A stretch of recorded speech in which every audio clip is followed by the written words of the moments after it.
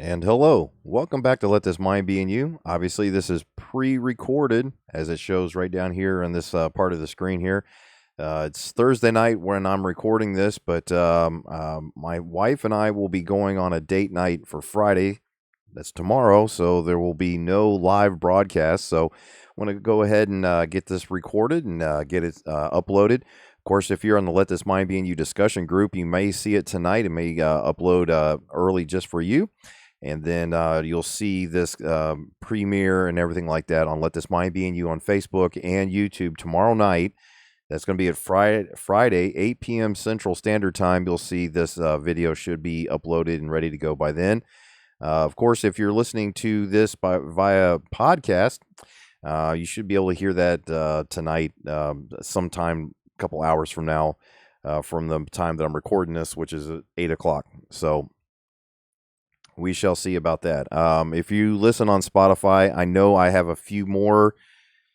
I'm not sure why it does it on Spotify and only on Spotify, but I have a few more now that are giving me trouble. Where they only upload a couple minutes of it, and it's the entire file there's nothing wrong with it that's being uploaded. There's plenty of other platforms besides Spotify that all the entire episode or the entire broadcast or the podcast is uploaded correctly, and it all goes from the same holding site that sends it to that feed. So I'm not sure what's going on with Spotify. I do apologize if that's the preferred podcast platform you like to listen to. But anyways, I've tried everything and I cannot get it fixed on Spotify. It's hit or miss. And like I said, you can go find it. Probably the best place you can find it, but they don't make an app, is at Podcasts. That's podcasts.com, and look up Let This Mind Be in You podcast, and you'll find it on there, and you can, download it to your phone or something like that, but they don't have an app, like a Spotify. I think I'm also on Apple. I'm on iHeart, Podbean, just about everywhere. So I do apologize if things are happening. If you hear about something else that's happening, or you want to let me know that I haven't heard about, or you want to send a question or a comment or a concern or a prayer request or anything like that, you can always reach out to me at ltmbiy@yahoo.com. Once again, that's ltmbiy@yahoo.com, and I try to get back to those emails as quickly as possible. All right, let's get started right away. Of course, we've made it to Acts chapter 12 tonight. A little bit of at the by way of review, at the end of Acts chapter 11, of course, Peter's explaining himself, all the situation that happened with Cornelius and everything, and then at the end there was there's only just a little brief snippet that shows Saul being picked up from Tarsus by Barnabas, and so that's the thing that we're only that we saw on last time. I'm going to answer this text message here, and then it kind of ends off with that. And then there was Barnabas and Saul. They go because there's this famine. There's this thing that's happening in the land, and they head back to Jerusalem to bring this, the money, the food, the provisions for the saints there at Jerusalem. And that's kind of where this kind of picks up. It's so contextually, Saul is still Saul. He's not Paul yet. And he just got picked up from Tarsus. He was there in Antioch for a little while with Barnabas, ministering and all these other kinds of things. And then they go back to Jerusalem. And so that's where we'll pick up here in Acts chapter 12, verse number 1. It says, "Now about that time, Herod the king." Now, this is not the same Herod that was the king when Jesus was born. This is another Herod. Stretched forth his hand to vex certain of the church. If you preach against hedonism and all these other kinds of things, which I'm assuming that they would be, preaching truth, that would go against the grain. And so this Herod here was stretching forth his hand, or his power, his authority. He's exercising it here, and he killed James, the brother of John, with the sword. So James and John, and he killed him. And I'd have to look and do a little bit more. I didn't even think about this, but whether or not this is the same writer of the book of James, it may be the one that was leading the Jewish church there, pastorally speaking, I guess you would say, in Jerusalem. But he's dead now. And then verse number 3 says, and because he saw, this is Herod, is saw pleased the Jews, he proceeded further to take Peter also. Hey, let's grab the ringleader, you know. Then were the days of unleavened bread. So it just kind of gives like a, if you study your Jewish calendar, you can understand, you know, what part of the year this was and so on and so forth. And when he had apprehended him, he put him in prison and delivered him to 4 quaternions. I'm assuming that that's 4, so 16 of soldiers. I may be wrong on that. Quaternions, it's not like a centurion. You know, a centurion is 100. Is 4. So I'm assuming that this is 4, like what we would call fire teams. A fire team is 4 men. So 4 of these groups here. So that'd be 16 total of soldiers to keep him, intending after Easter to bring him forth to the people. Now you see the word Easter there. There's many controversies about that word being in there and so forth and so on. That's not the point of what we're going to talk about. So let's skip right over that controversy. The King James Bible is God's preserved word for the English-speaking people. I believe that. It has been always the case. They used the Textus Receptus, meaning the received text, and they had the literary geniuses and language experts of that time that got together and took from this Textus Receptus, this received text that had been diligently copied over and over again and was used to bring us and preserve for us this Bible we have today. I believe that. So if the word Easter is in there, it's there for a reason. And that's all I'll say about that. So verse number 5, Peter therefore was kept in prison, but prayer was made without ceasing of the church unto God for him. So the church, the called out assembly of believers, these believing Jewish people that were there in Jerusalem, are praying intently without ceasing. So all day long, all night long, they're keeping up these prayers here, interceding on behalf of Peter. And when Herod would have brought him forth, the same night Peter was sleeping between 2 soldiers, bound with 2 chains, and the keepers before the door kept the prison. So I mean, so these guys that they must be swapping them out when it's their turn to sleep. They put them in there. They lock them to Peter on both sides of them, 2 chains, and then there's people outside the door, and they got that door locked, and they're guarding that door. So this is setting the scene here of how secure Peter is. And behold, the angel of the Lord came upon him, and a light shined in the prison, and he smote Peter on the side. That's kind of interesting to think about. He bonk, just woke him up. And it says, and raised him up, saying, arise up quickly. And his chains fell off from his hands. Wow. And the angel said unto him, gird thyself, and bind on thy sandals. And so he did. And he saith unto him, cast thy garment about thee, and follow me. So put your clothes on, put your shoes on, it's time to go. Verse 9, and he went out and followed him, and wist not that it was true which was done by the angel, but thought he saw a vision. He thought he was sleeping. He thought he was dreaming. And it's like, wow, this is a very lucid dream here. This feels really real.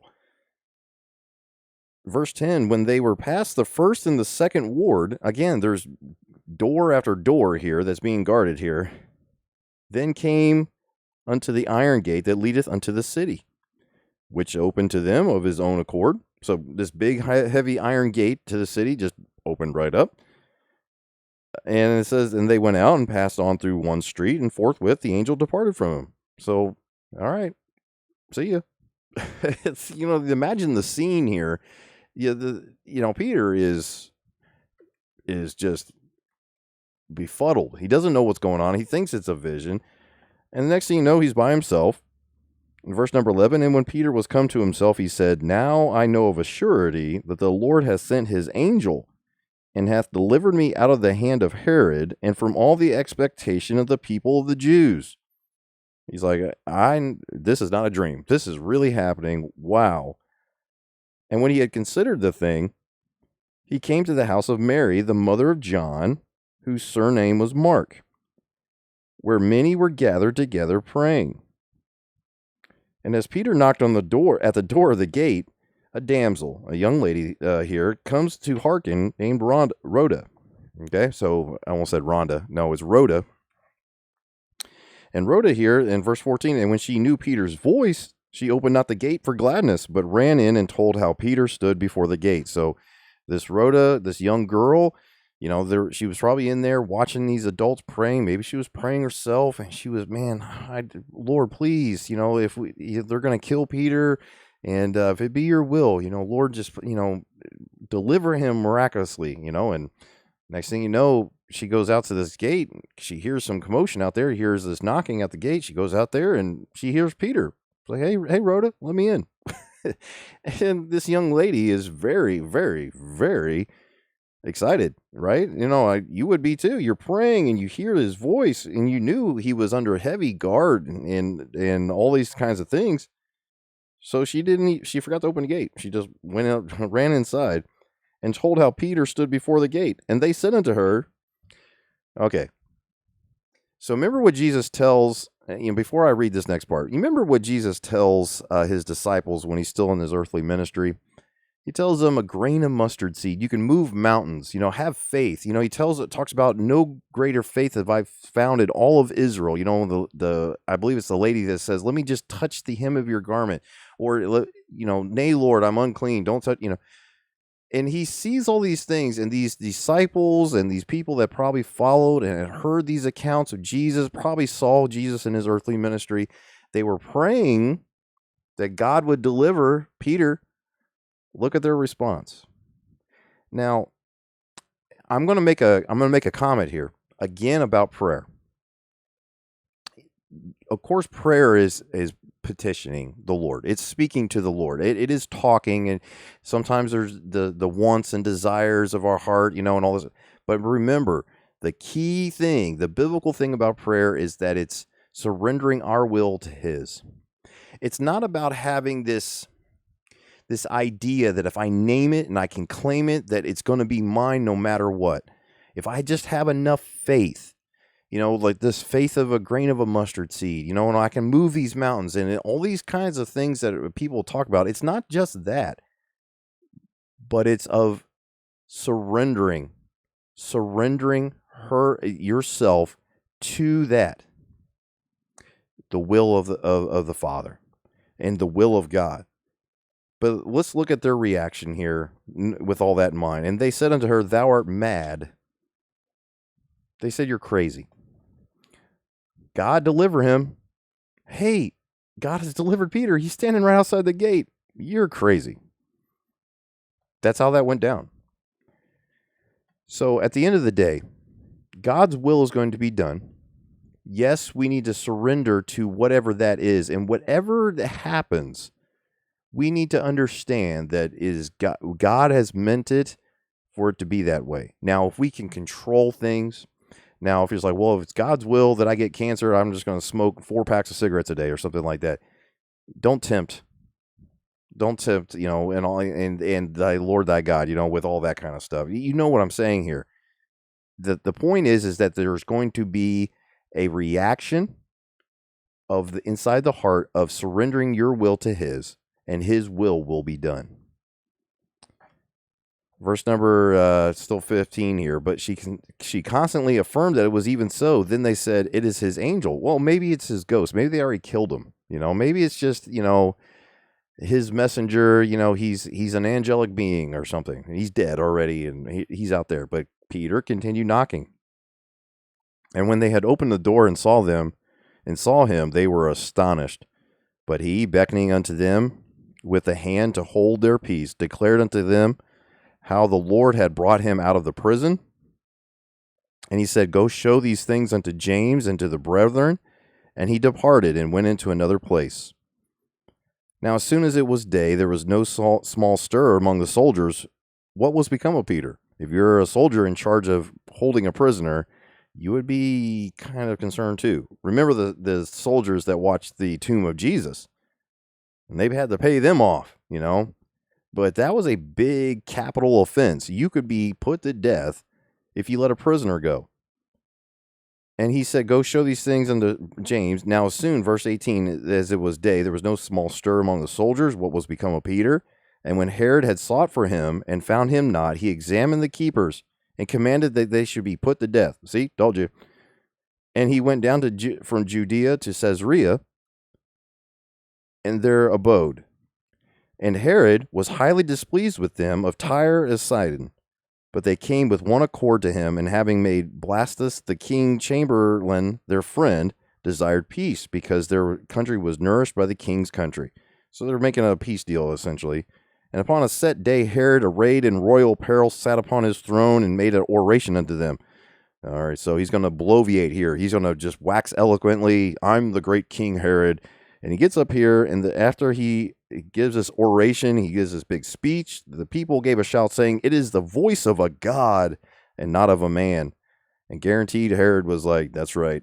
Pour it on. I am a God. I am God on earth here. You know, I'm look at how great I am. And immediately the angel of the Lord smote him, because he gave not God the glory, and he was eaten of worms. Whoa. And gave up the ghost. Wow.